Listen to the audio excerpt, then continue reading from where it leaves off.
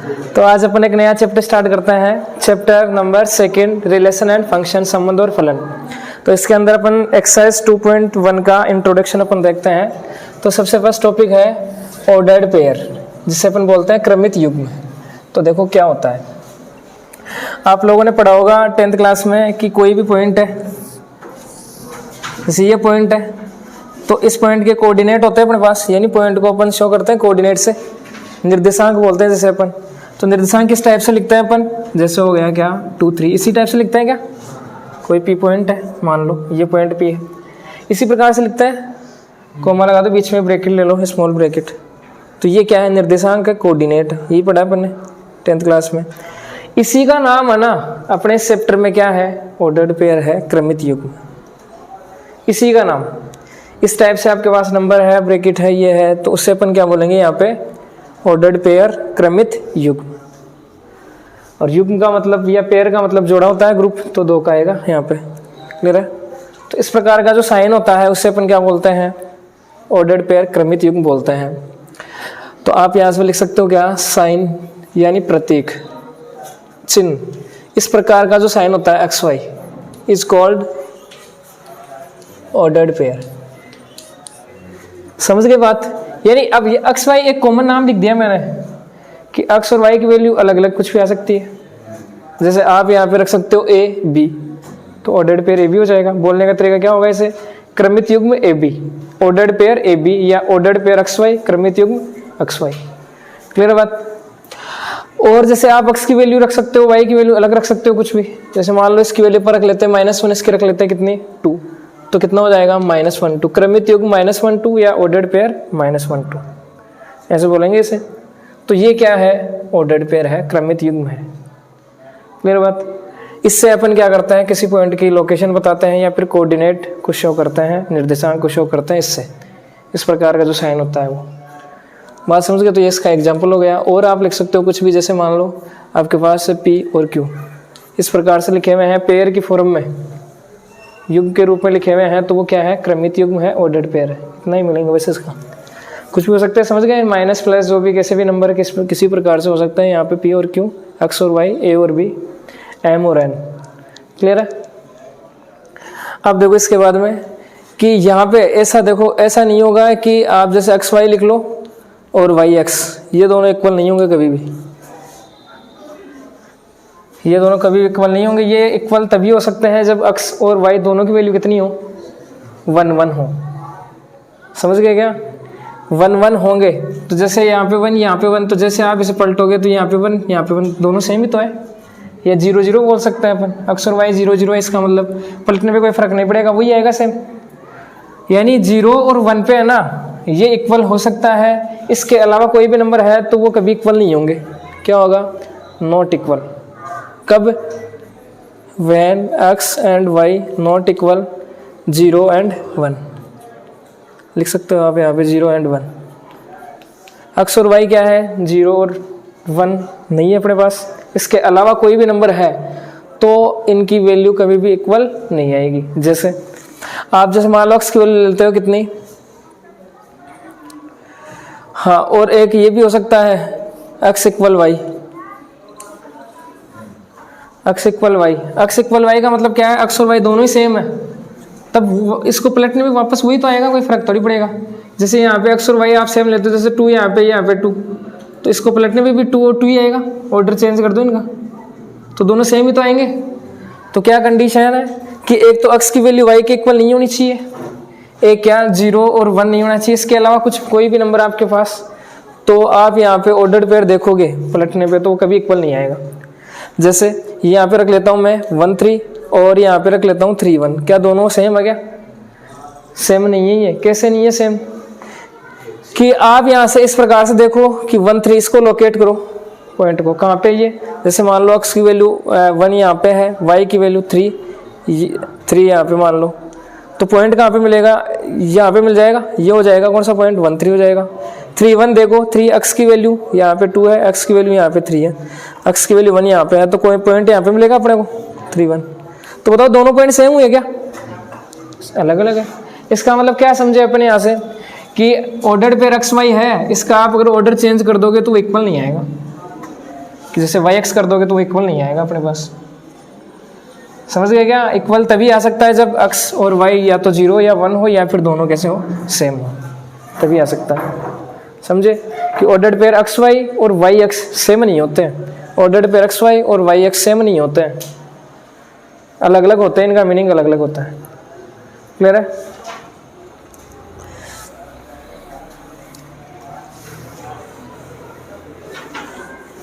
तो एक बात तो ये यहाँ से अपन समझ गए, और एक देखो ऑर्डर्ड पेयर के बारे में।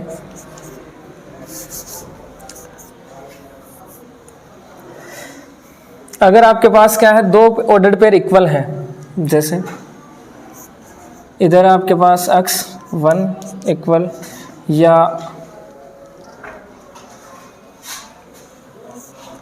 बोल सकते हैं अपन क्या, या xy मान लो, इधर मान लो आप ab। अगर आपके पास क्या है, दो ऑर्डर्ड पेयर क्या है, इक्वल है, दो ऑर्डर्ड पेयर इक्वल है, तो आप यहाँ पे क्या कर सकते हो कि यहाँ से अपन बोल सकते हैं कि इसके जो संगत अवयव होते हैं ना, कोरस्पॉन्डिंग एलिमेंट, वो इक्वल होते हैं। आप यहाँ पे ये लिख भी सकते हो क्या, if two ordered pair are equal then their corresponding elements are equal.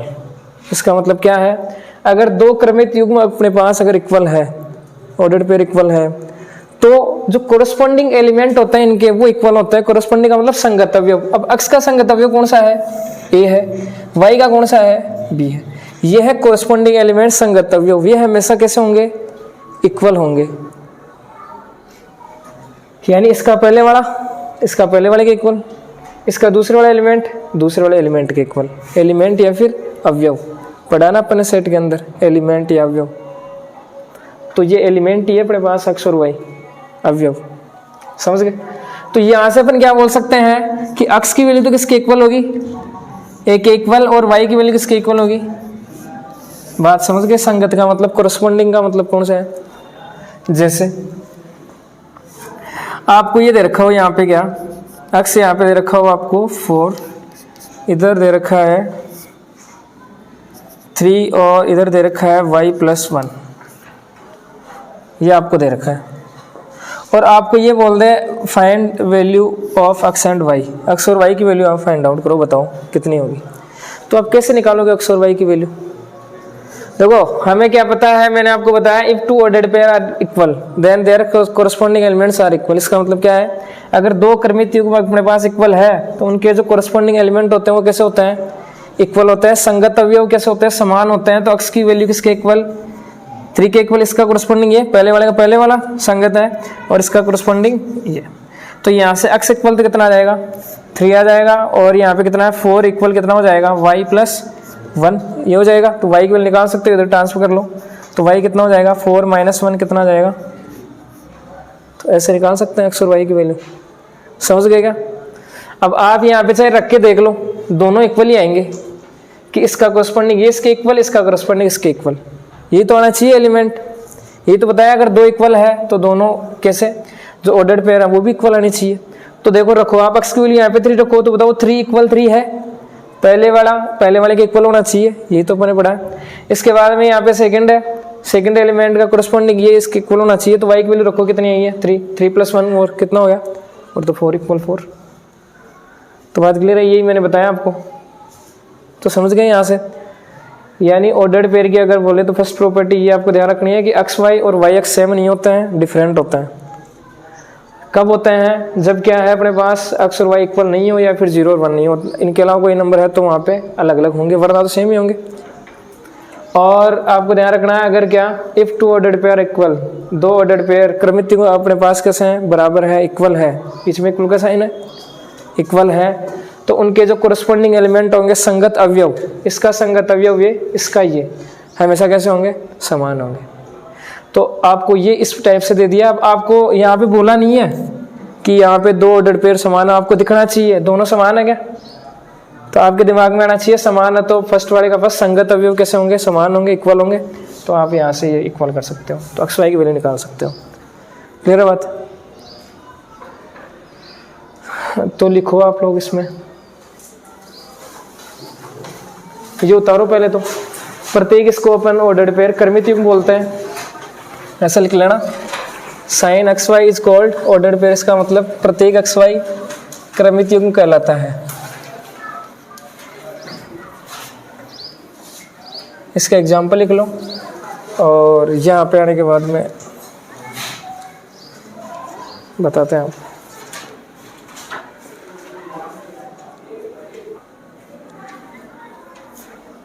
इसके बाद में आपको लिखना है, एरो लगा के लिखो, यदि दो क्रमित युग्म बराबर हैं, if two ordered pair are equal, यदि दो क्रमित युग्म बराबर है तब उनके संगत अवयव बराबर होते हैं, then their corresponding elements are equal, तब उनके संगत अवयव बराबर या समान होते हैं। तो उसके बाद में ये उतार लो और ये एग्जाम्पल लिख लो कि ये है, तो x और y की वैल्यू बताओ, फाइंड आउट करो। तो इस प्रकार से अपन बता देंगे। यहाँ पे रीजन लिख लेना इसका कि यहाँ पे दोनों एक समान है, इक्वल है, इस वजह से इनके कोरस्पॉन्डिंग एलिमेंट संगत अवयव समान होंगे। फिर ये लिख लेना।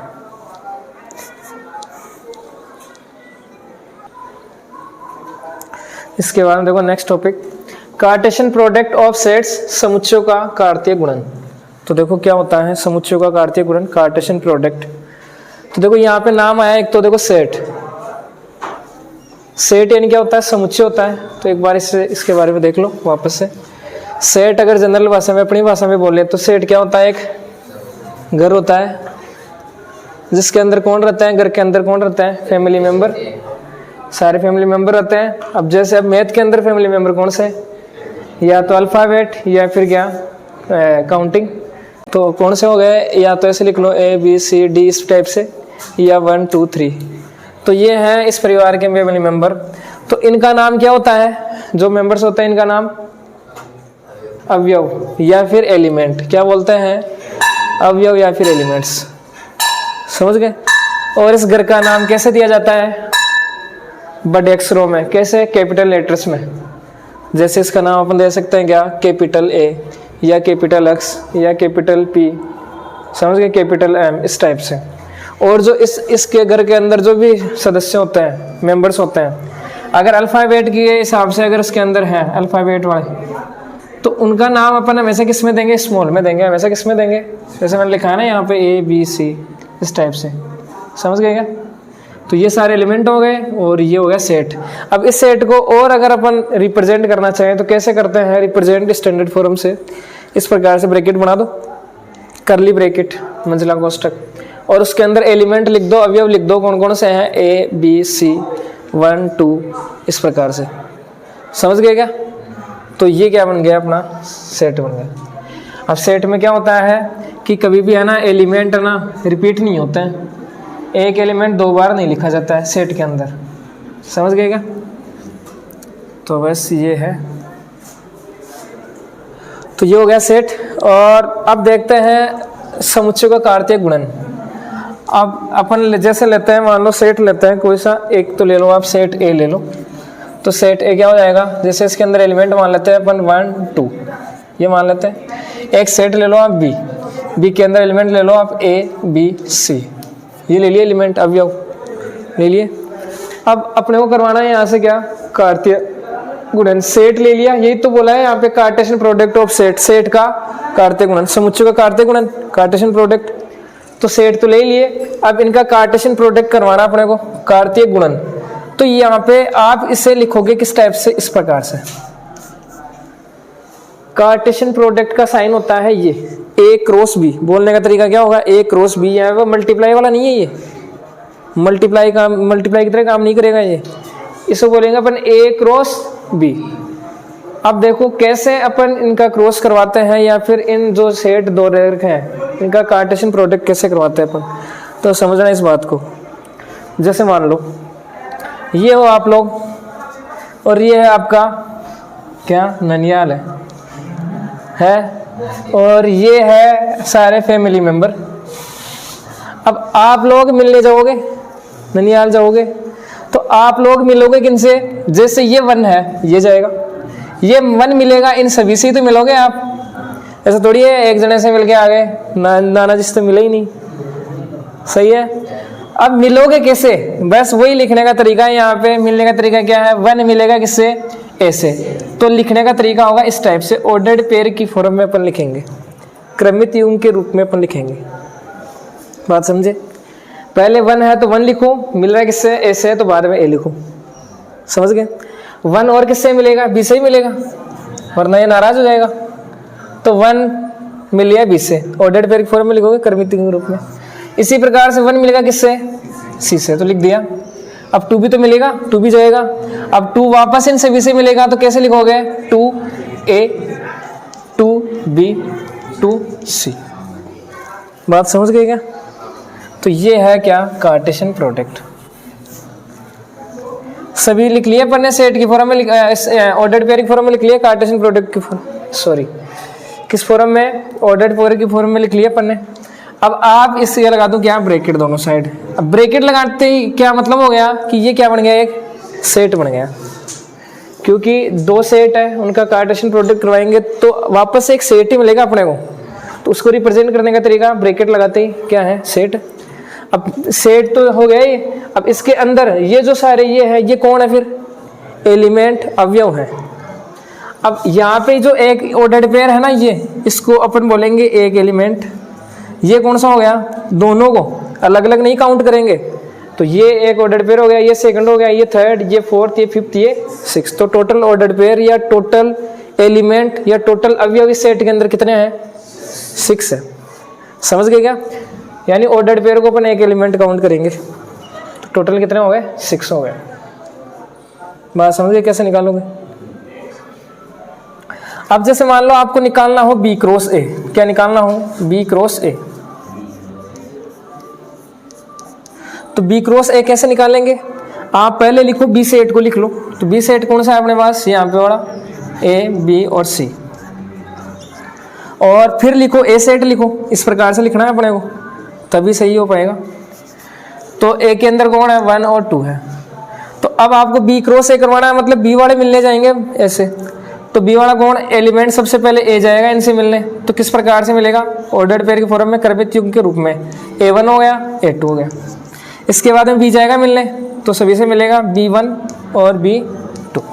इसके बाद में सी मिलेगा, C1 और C2। अब किस फॉर्म में लिख दो, जैसे सेट के फॉर्म में लिख दो। तो सेट की फॉर्म में ब्रैकेट लगा दिया, तो ये एक सेट हो गया।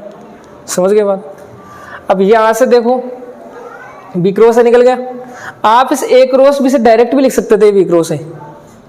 कैसे, देखो क्या कर देते हैं आप, इन ऑर्डर्ड पेयर में है ना, ऑर्डर चेंज कर देते हैं, इनका क्रम चेंज कर देते हैं आप, तो डायरेक्ट मिल रहा है बी क्रॉस है। देखो यहाँ पे क्या हो रहा है, ए क्रॉस बी, तो यहाँ पे क्या है, बी क्रॉस है, इसका भी ऑर्डर चेंज है इधर। तो वैसे आप डायरेक्ट इन्हीं का कर देते, ऑर्डर्ड पेयर का ऑर्डर चेंज, क्रम चेंज कर देते। तो देखो 1A का A1 होना चाहिए, तो A1 ये रहा। 1B का B1 ये रहा। 1C C1 ये रहा। 2A का A2 ये रहा। 2B यानी B2 ये रहा। 2C मतलब C2 ये रहा। तो समझ गए? तो ये आप डायरेक्ट भी लिख सकते थे क्या, अगर अपन ऐसा ये मिलाने वाला ये नहीं काम करते तो डायरेक्ट लिख सकते थे। ए क्रॉस बी से बी क्रॉस ए लिख सकते हो, या फिर आपके पास अगर बी क्रॉस ए है तो आप क्या लिख सकते हो, ए क्रॉस बी। चेंज कर दो बस इनको। बात समझ गए, क्लियर है यहाँ तक सभी के? तो यहाँ पे अपन क्या समझे कि ये है ना मल्टीप्लाई नहीं है कि आप कहीं पे इस 1 को मल्टीप्लाई करो ए से, तो 1 इंटू ए हो गया। समझ गए? ये मल्टीप्लाई नहीं है, इसे बोलेंगे क्या, ए क्रॉस बी। और ये साइन किसका हो गया, कार्तीय गुणन, कार्टेशियन प्रोडक्ट का साइन हो गया। बात समझ गए? अब देखो ए क्रॉस बी करवाया तो टोटल कितने एलिमेंट मिले, यहाँ पे कितने अवयव मिले, कितने सदस्य हैं, देखो एक ये रहा, एक ये, 1 2 3 4 5 6 मिल गए अपने को। अब ये है ना अपन डायरेक्ट भी बता सकते थे कि ए और बी यानी A cross B Cartesian product of A and B, या फिर ए क्रॉस बी के अंदर टोटल कितने एलिमेंट होंगे। ए सेट के अंदर ये है, बी के अंदर ये है, तो ए क्रॉस बी के अंदर आपसे डायरेक्ट ही पूछ ले, आपको सेट ए दे दे और बी दे दे, आपसे पूछ ले कि ए क्रॉस बी के अंदर कितने एलिमेंट होंगे, कितने अवयव होंगे। तो आप लोग कैसे निकालोगे, डायरेक्ट निकाल सकते हो। कैसे, इसमें एलिमेंट गिन लो कितने हैं, कितने हैं, 2 है क्या, तो 2 लिख लो। इसके अंदर एलिमेंट कितने हैं, 3 है, डायरेक्ट दोनों को मल्टीप्लाई करवा लो, कितने आ गए, तो देखो वही 6 आ रहे हैं क्या गिनने पे। तो डायरेक्ट ही बता सकते हैं ये बात अपन कि टोटल कितने एलिमेंट होंगे, 6 एलिमेंट होंगे। समझ गए क्या? और जैसे मान लो जैसे मैं बोल दूं आपके पास कि सेट ए के अंदर एलिमेंट आपके पास 3 है और सेट बी के अंदर आपके पास एलिमेंट कितने 4 है, तो आप बताओ ए क्रॉस बी के अंदर कितने एलिमेंट होंगे। देखो एलिमेंट यहाँ पे, अरे नाम से तो कोई मतलब है ही नहीं है अपने को, टोटली तो देखना है कितने ऑर्डर्ड पेयर मिलेंगे, या उसी को बोल सकते हैं टोटल कितने एलिमेंट या कितने अवयव अपने को मिलेंगे। तो अपने को तो पता होना चाहिए के अंदर कितने एलिमेंट है, 3 इसके अंदर है 4 इसके अंदर है, तो दोनों के अंदर कितने होंगे 3 क्रॉस 4, मतलब कितने हो जाएंगे टोटल 12 एलिमेंट होंगे अपने पास। क्लियर बात, ये बात समझ गए। और एक दूसरी बात क्या कि देखो जैसे अपन ने क्रॉस बी किया तो देखा जाए तो अपने को मिला क्या है यहाँ पे, क्या मिला ऑर्डर्ड पेयर का सेट ही तो मिला एक, क्या मिला देखो ये ऑर्डर्ड पेयर है सारे क्रमित युग्म में, इन्हीं का सेट ही तो मिला अपने को एक, हालांकि ऑर्डर्ड पेयर अलग अलग मिल गए अपने को लेकिन मिले तो वही क्या ऑर्डर्ड पेयर या क्रमित युग्म मिले, एक क्रॉस बी करवाया था यानी उनका एक सेट मिला अपने को। तो उसकी भी अपन डेफिनेशन देखो देखते हैं। और एक बात यहाँ से और ध्यान देनी है आपको क्या कि देखो इनका जो फर्स्ट एलिमेंट है ना, जैसे इसका फर्स्ट एलिमेंट ये अवयव ये 1 1 1 फर्स्ट सभी का जो फर्स्ट एलिमेंट है ना वो हमेशा पहले वाले सेट के अंदर होता है। देख लो चाहिए यहाँ से 1 मिल रहा है और कितना मिल रहा है 2, 1 और 2 पहले वाले के अंदर ही है। और सेकंड वाला जो एलिमेंट होता है प्रत्येक ऑर्डर्ड पेयर क्रमित युग्म का, ये एरा बीरा सीरा ए बी सी रिपीट तो होंगे नहीं, तो कौन आ गया ए बी सी, कौन से एलिमेंट में कौन से सेट में होंगे सेकंड वाले सेट में होंगे हमेशा। तो ये यहाँ से अपन एक बात समझते हैं कि जो फर्स्ट वाला एलिमेंट होता है वो फर्स्ट वाले सेट का होता है, सेकंड वाला एलिमेंट होता है इनका वो कौन से सेट का एलिमेंट होता है सेकंड वाले का होता है। तो आपको अगर ऐसा दे दिया जाए ए क्रॉस भी आपको दे दिया जाए पहले से ही 1 1 1 -1 1 0 2 या ऐसे कर लो, चलो 2 1 2 -1 या 2 0 2 -1 ये है। आपको पहले से ही दे दे एक क्रॉस भी प्रोडक्ट दे दे आपको। अब आपको ये बोले कि सेट ए बताओ और सेट बी बताओ, तो कैसे बताएंगे अपन। देखो अपने को एक बात पता है क्या, सेट ए के अंदर एलिमेंट कौन से आएंगे, यहाँ से देखेंगे अपन कि जो फर्स्ट वाला जो प्रत्येक ऑर्डर्ड पेयर क्रमित हुए इनका फर्स्ट जो एलिमेंट होता है वो हमेशा पहले वाले सेट में होता है। तो देखो यहाँ से 1 1 1, यहाँ से कितना 2 2 2, यानी कितने एलिमेंट मिले 1 और 2 तो मिला, क्योंकि सेम अपन रिपीट तो करेंगे नहीं सेट के अंदर, 2 बार तो लिख नहीं सकते, 2 बार 3 बार, एक ही बार आता है वैसा एलिमेंट जो भी है। तो 1 मिल गया 2 मिल गया, तो पहले वाले सेट के अंदर होगा कौन 1 2, और दूसरे वाले सेट के अंदर सेकंड वाले जो भी ऑर्डर्ड पेयर है इनके सेकंड वाले एलिमेंट देख लो, 1 है -1 है 0 है 1 0 -1, इसका मतलब एक एक बार लिख लो 1 0 -1, कैसे भी लिख लो चाहे आगे पीछे करके, तो यही एलिमेंट होंगे अपने पास। फर्स्ट वाले सेट के अंदर ये आ जाएंगे, सेकंड वाले के अंदर ये आ जाएंगे। तो यहाँ से ये समझते हैं अपन कि जो फर्स्ट वाले एलिमेंट होते हैं प्रत्येक ऑर्डर्ड पेयर को फर्स्ट वाले सेट में होता है और सेकंड वाले सेट में होता है। क्लियर है, चलो और बाद में बताते जाएंगे। तो अब अपन लिखते हैं इसकी डेफिनेशन। पहले तो ये तो अपन ने सीख लिया कैसे अपन कार्टेशियन प्रोडक्ट करवाते हैं, कार्तीय गुणन कैसे करवाते हैं, इसकी डेफिनेशन लिखो। इंग्लिश में लिखना चाहते हो तो लिख लो, वरना सुन लो। Let A and B are two non empty set, समझ लो ना, ए और बी क्या है अपने पास, कोई भी दो नॉन एम्प्टी सेट है। Then Cartesian product of set is a set of all possible ordered pair, यानी Cartesian product of set A and B, A और बी का कार्टेशियन प्रोडक्ट, ए और बी का कार्टेशियन प्रोडक्ट क्या होता है, सेट, ब्रैकेट लगे इसका मतलब set, set of all possible ordered pair. किसका सेट होता है, ऑर्डर्ड पेयर का क्या होता है, एक सेट होता है। ये सिंपल डेफिनेशन है कार्टेशियन प्रोडक्ट। हिंदी में लिखो चलो। माना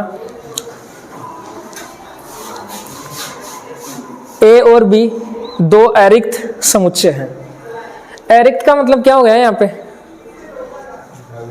नॉन एम्प्टी, यानी अरिक्त का मतलब उनमें कुछ ना कुछ एलिमेंट है। रिक्त का मतलब होता है खाली, अरिक्त का मतलब कुछ ना कुछ एलिमेंट है, नॉन एम्प्टी। क्या लिखा? माना ए और बी दो अरिक्त समुच्चय हैं, तब समुच्चय ए और बी का कार्तीय गुणन, समुच्चय ए और बी का कार्तीय गुणन, ब्रैकेट में लिख लेना ए क्रॉस बी, यानी कार्तीय गुणन को किससे रिप्रेजेंट करेंगे? ए क्रॉस बी से। समझ गए? तब क्या लिखा? तब समुच्चय ए और बी का कार्तीय गुणन सभी संभावित क्रमित युग्मों का समुच्चय होता है। सभी संभावित क्रमित युग्मों का समुच्चय होता है।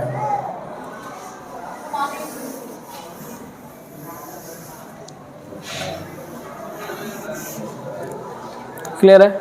तो क्या डेफिनेशन लिखाई मैंने? कोई भी दो सेट अपने पास ए और बी, तो कार्टेशियन प्रोडक्ट क्या होता है?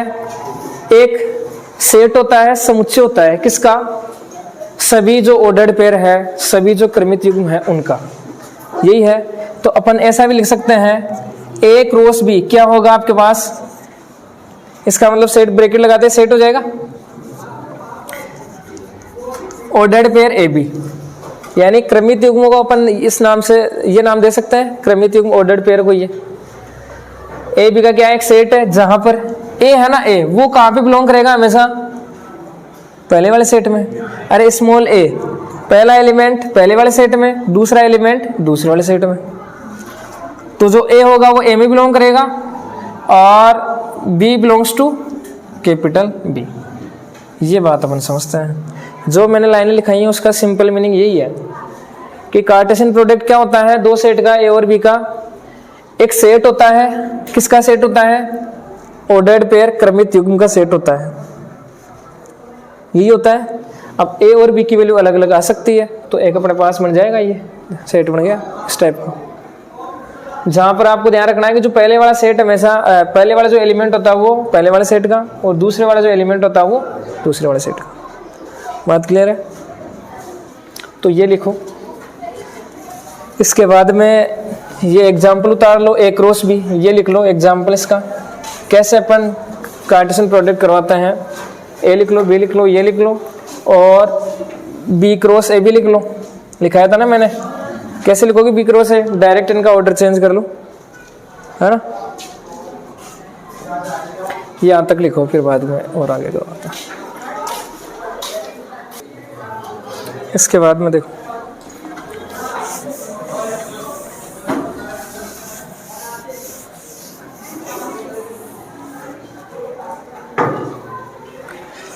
अपने को देखो डायरेक्ट क्या बताना हो, अगर ए क्रॉस बी के अंदर टोटल एलिमेंट बताने हो तो कैसे बताते हैं? देखो मैंने आपको बताया है क्या, ए के अंदर गिन लो कितने हैं, बी के अंदर गिन लो कितने एलिमेंट है, दोनों को मल्टीप्लाई करो तो डायरेक्ट पता चल जाएगा कि ए क्रॉस बी के अंदर कितने टोटल एलिमेंट आएंगे, अवयव आएंगे। सही है? तो इसी बात को अपन लिख सकते हैं क्या, if number of elements in set A is equal कितना है, एम है, यदि समुच्चय ए में अवयवों की संख्या कितनी है, M, and number of elements in set B, समुच्चय बी में अवयवों की संख्या कितनी है, एन। अगर मान ले अपन कि पहले वाले में एम है, गिन लेंगे कितने हैं, तो मान लो एम है, दूसरे वाले में एन है, तो then number of elements in set A cross B is equal M cross N. क्या देन, यानी तब ए समुच्चय ए क्रॉस बी में अवयवों की संख्या कितनी होगी, एम क्रॉस एन। या इसी बात को अपन शॉर्ट में लिख सकते हैं, ऐसा लिखा हुआ मिल सकता है आपको, एन ब्रैकेट ए क्रॉस बी। या इसी बात को डिनोट कर सकते हैं अपन किससे, एन ए से। देखो मतलब समझाते हैं अभी आपको। इसको लिख सकते हो एन बी। देखो समुच्चय ए में अवयव की संख्या या फिर नंबर ऑफ एलिमेंट सेट है, इसको शॉर्ट में ऐसा लिख सकते हैं अपन। सेट के अंदर पढ़ा होगा फर्स्ट चैप्टर के अंदर अपन ने क्या, इसका मतलब क्या है, number of elements in set है। कितना माना अपन ने, एम माना है। समुच्चय बी में अवयव की संख्या या number of elements in set B, इसको डिनोट कर सकते हैं ऐसे, number of elements in set B. कितने माने अपन ने, एन। तो ए क्रॉस बी के अंदर टोटल अवयव की संख्या, इसको लिखने का तरीका ये है, number of elements in A cross B कितने होंगे, M cross N, M into N. जैसे ये सेट है, आप इसमें गिनो एन ए कितना होगा, एम की वैल्यू कितनी होगी इसके लिए, यानी सेट ए में अवयव की संख्या नंबर ऑफ एलिमेंट्स कितने होंगे, तो एम की वैल्यू कितनी होगी इसके लिए 2। बी के अंदर अवयव की संख्या नंबर ऑफ एलिमेंट्स कितने हैं 3 है, तो एन की वैल्यू कितनी हो जाएगी 3। तो कार्टेशियन प्रोडक्ट क्या होता है, um sorry number of elements in A cross B क्या होता है, एम इंटू एन। एम की वैल्यू क्या है 2 है, इसकी वैल्यू है 3, तो कितना हो जाएगा टोटल 6 एलिमेंट हो जाएंगे। और वही आए थे अपन ने गिना था, काउंट किया था, 6 आ रहे थे। तो ऐसे आप डायरेक्ट निकाल सकते हो। क्लियर है बात। और ये एक आपको ध्यान रखना ही है कि ए क्रॉस भी अगर आपको दे दे तो आप यहाँ से बना सकते हो सेट ए सेट बी अलग अलग लिख सकते हो, कौन से एलिमेंट आएंगे सेट ए के अंदर और बी के अंदर।